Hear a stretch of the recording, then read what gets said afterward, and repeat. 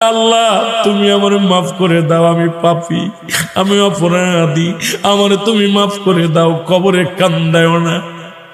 আল্লাহ মানুষের প্রথম বিপদ হলো মরণ, দ্বিতীয় বিপদ হলো কবর, তৃতীয় বিপদ হলো কিয়ামতের ময়দান।